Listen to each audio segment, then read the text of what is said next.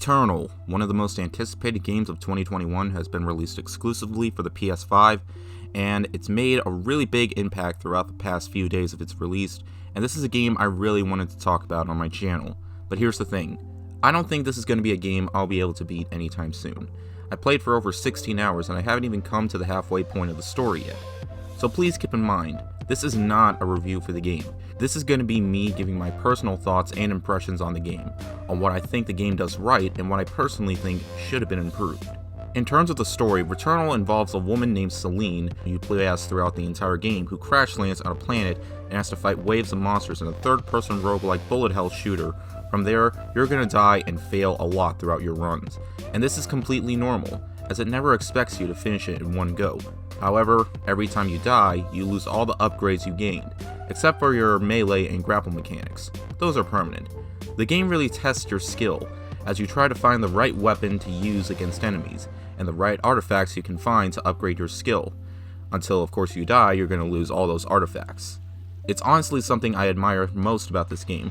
It really inspired me to try and do better with each run, as I died so many times in this game, and I'm pretty sure I'm going to die even a lot more, especially since I haven't gotten to the halfway point, as the gorgeous landscape and the environments really kept me wanting to try and get better.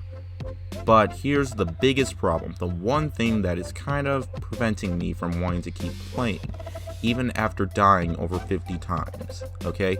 Get this. You can't save. That's right. You literally cannot save your progress. There's no save points, there's no checkpoints, there's no save and quit feature. If something happens to your console, like if the power goes out or the system resets or the game randomly crashes, you have to start all over and have to get those permanent upgrades all over again. All the bosses you fought and never have to go up against again, you're gonna have to fight them again if you die. All that progress, gone for good, and you'll never get it back. This is what nearly killed it for me, as this is a $70 game, and having to restart all over again just as I got much further in is gonna be a real pain. And this is not an easy game. There are enemies that can do huge amounts of damage if you're not careful. That's why I love the dash mechanic, as it's super helpful and recharges super quickly. Unless you get like something that will, like these purple things that'll grant you malfunctions to your suit and you can't fix until you do an objective that it wants you to do in order to get rid of that malfunction. But anyways, there's not a whole lot of health items either, not to mention you can only carry one weapon with you, so you better be careful with which weapon you grab because you're going to be stuck with it until you find a new one. Now yes, you can put your PS5 in rest mode and come back to it later, but if you want to play another game in your PS5 library, you're going to have to beat the game if you don't want to lose your progress. This is something that both scares me and has me concerned on the future of this game. There have been some talks about the developers adding a save and quit feature, but I wouldn't get my hopes up if they decide not to add it. In fact, some people might not even mind it. They probably have it beat already. But as for the people that are concerned like myself, I just hope there can be something added that can make players not have to worry about losing all their hard work. Sure, the story might be short, minus the times you'll die a lot, and this game is hard as balls. In fact, I might as to go far as to say that it might be harder than Demon's Souls, and I've beaten that game. Now look, just because I'm complaining about the lack of a save feature, does that mean I think this game sucks?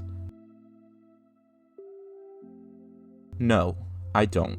In fact, there's a lot I think the game gets right. The gameplay is fast and it really left a great impression on me. The environments, the score, it's all fantastic, and I do think it truly shows what the PS5 is capable of, especially with the use of the DualSense controller. I could easily give it a perfect score just for that, but I don't really think it's worthy of that score in my opinion. But since I haven't finished it, I can't really give it a rating. But what I can say is that I think it's truly worthy of being among one of the best PS5 exclusives so far, and I do feel like it's worth your time if you're up for the challenge, but be warned, it's difficult and you can't save. If that concerns you, then you might want to save that $70 of yours. As for me, I am having fun with the game, and I'll just see how far I can get past till I completely give up on it. Or at least until Resident Evil Village comes out this week. But anyways, thank you guys so much for watching, and I'll see you guys later. Word out.